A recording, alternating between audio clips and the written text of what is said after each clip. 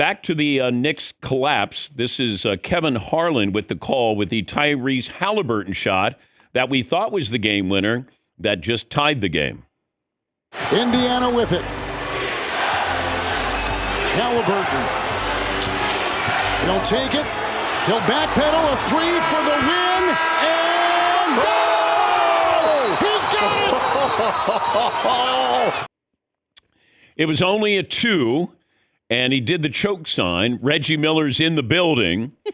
And keep in mind, when Reggie hit his shots, and that was 1994, did the choke sign to Spike Lee, Pacers lost that series.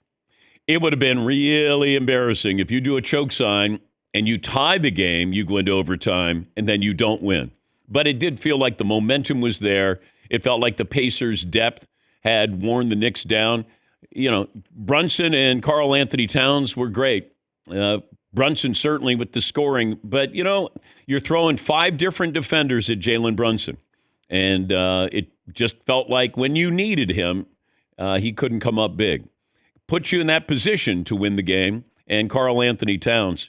But Tyrese Haliburton had 31. Aaron Nesmith had 30. This will be the Aaron Nesmith game. 10 years from now, 15 years from now, we'll talk about Tyrese Haliburton's shot and the choke sign, but you're going to remember Aaron Nesmith because this is really a defensive-minded guy. I mean, he's counted on to play defense, and when you're hitting 5 3-pointers, I mean, that's not expected from him. He hit 6 3-pointers in the fourth quarter, tying the NBA record for most 3-pointers in a quarter. Last person to do it, Steph Curry. You expect that to happen. But, you know, the Knicks, they were up by 17. They choked. They did. Here's Tyrese Haliburton after the game. I've seen that winning time, Doc, probably like 50 times growing up. So I know that they didn't win the series. So I would not like to repeat that. But, you know, I think that's just a historic moment. And that was obviously more him versus Spike, kind of the one-on-one. And that just felt like it was to everybody. But to him, too. I wanted him to see it more than anything. But I think it's just really cool to continue to, you know, make my own history and this group to make our own history while also showing, you know, respect and love to the ones who came before us. So definitely a special moment and, something I won't forget. Tyrese Haliburton's having a hell of a month. Playoff boost. Voted the most overrated player by fellow players. Nobody's saying that anymore. And there are certain athletes, regular season, good, postseason, better. Jimmy Butler, Reggie Miller, just to name a few. Good regular season, all of a sudden, you know, they're attracted to the spotlight. They don't shy away from the spotlight. And Tyrese Haliburton, it's a wonderful performance, and you do it in the Garden. I mean, that's where legends are made. When you think about Reggie's career, if Reggie doesn't have his moments against the Knicks, you could probably make a case maybe in the Hall of Very Good, one of the greatest shooters of all time. But to have that, I mean, those are moments that they stay with. They're indelible marks for your career when you have a moment at the Garden. And Tyrese Haliburton certainly had one as well. 877-3DP Show. Email address, dp@danpatrick.com. Twitter handle at DP Show. Good morning if you're watching on Peacock. That's our streaming partner. Thank you for downloading the app. And our radio affiliates around the country, iHeartRadio, Fox Sports Radio. Seton poll question, hour 1. What are you thinking? Well, we got a couple of them for you. Right. We got one here from Marvin, just based off recent events. Greatest Warrior ever, Steph Curry, Wilt Chamberlain, Rick Barry, or Dylan Grady, based on him chopping his finger off and being at work today. All right, yeah, Dylan, hashtag Warrior. Yeah, there's blood all over the place here, and I'm like, oh, man, it looked like a crime scene. Like, this doesn't bode well for Meat Thursday, by the way. Yeah, it's certainly less appetizing. Yes, I know. Gotta admit. Yeah.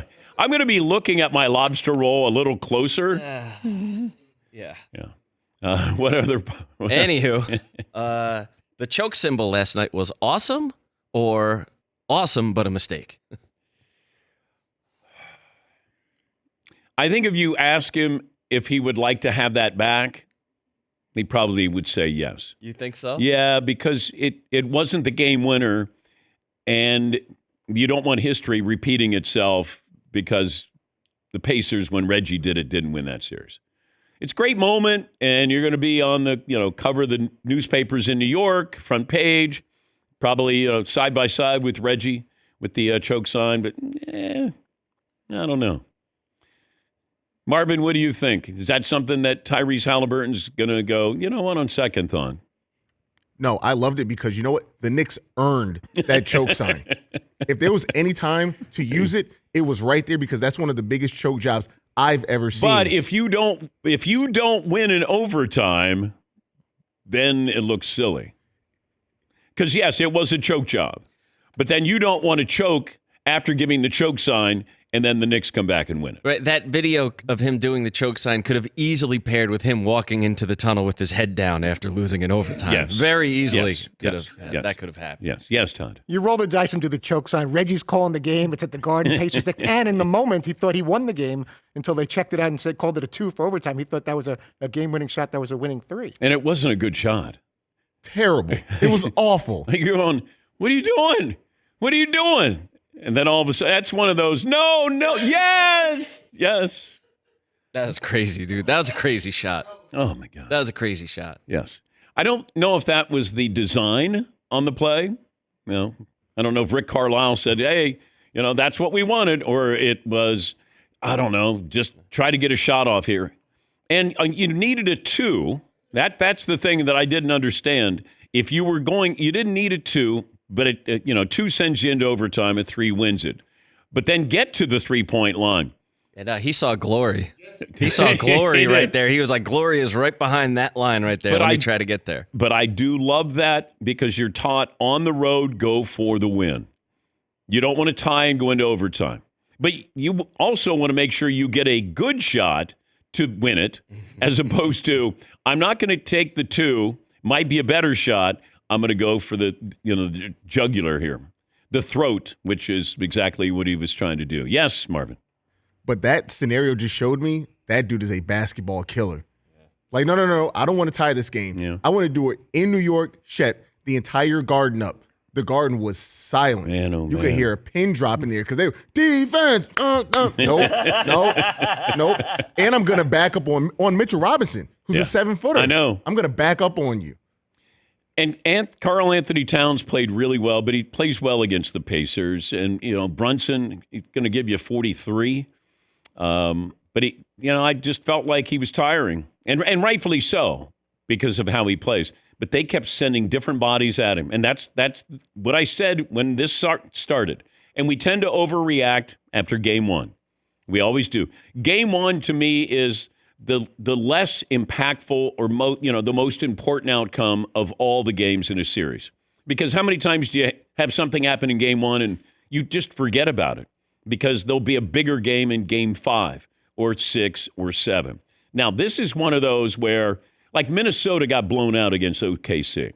They can wipe away game 1. Like, okay, OKC was just better. This game, this one felt like 1.5 losses. If I'm a Knicks fan, you kind of go into the Garden differently. And I bring this up from experience. Well, obviously all the NBA that I've covered over the years. But to be at Yankee Stadium, when the Yankees lost the 0-4 game, they lost 1 game to the Red Sox. Now all of a sudden, there's just a little bit of doubt.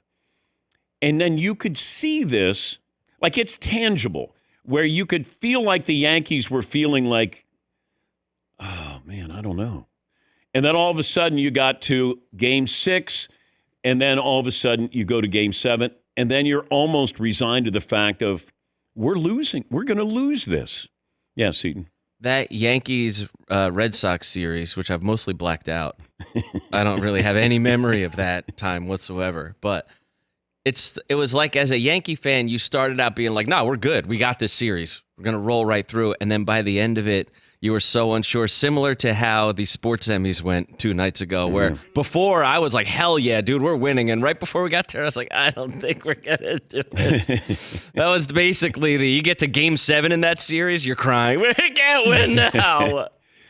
Teams leading by at least 14 points in the final 3 minutes of the fourth quarter were 994-0 since play-by-play began in 1997. 994-0. We can't lose this. It's impossible. It's not impossible. You're saying they had a chance and they took advantage of it. Golly. I keep saying this, it feels like more often than ever, just when you think you've seen it all. You haven't.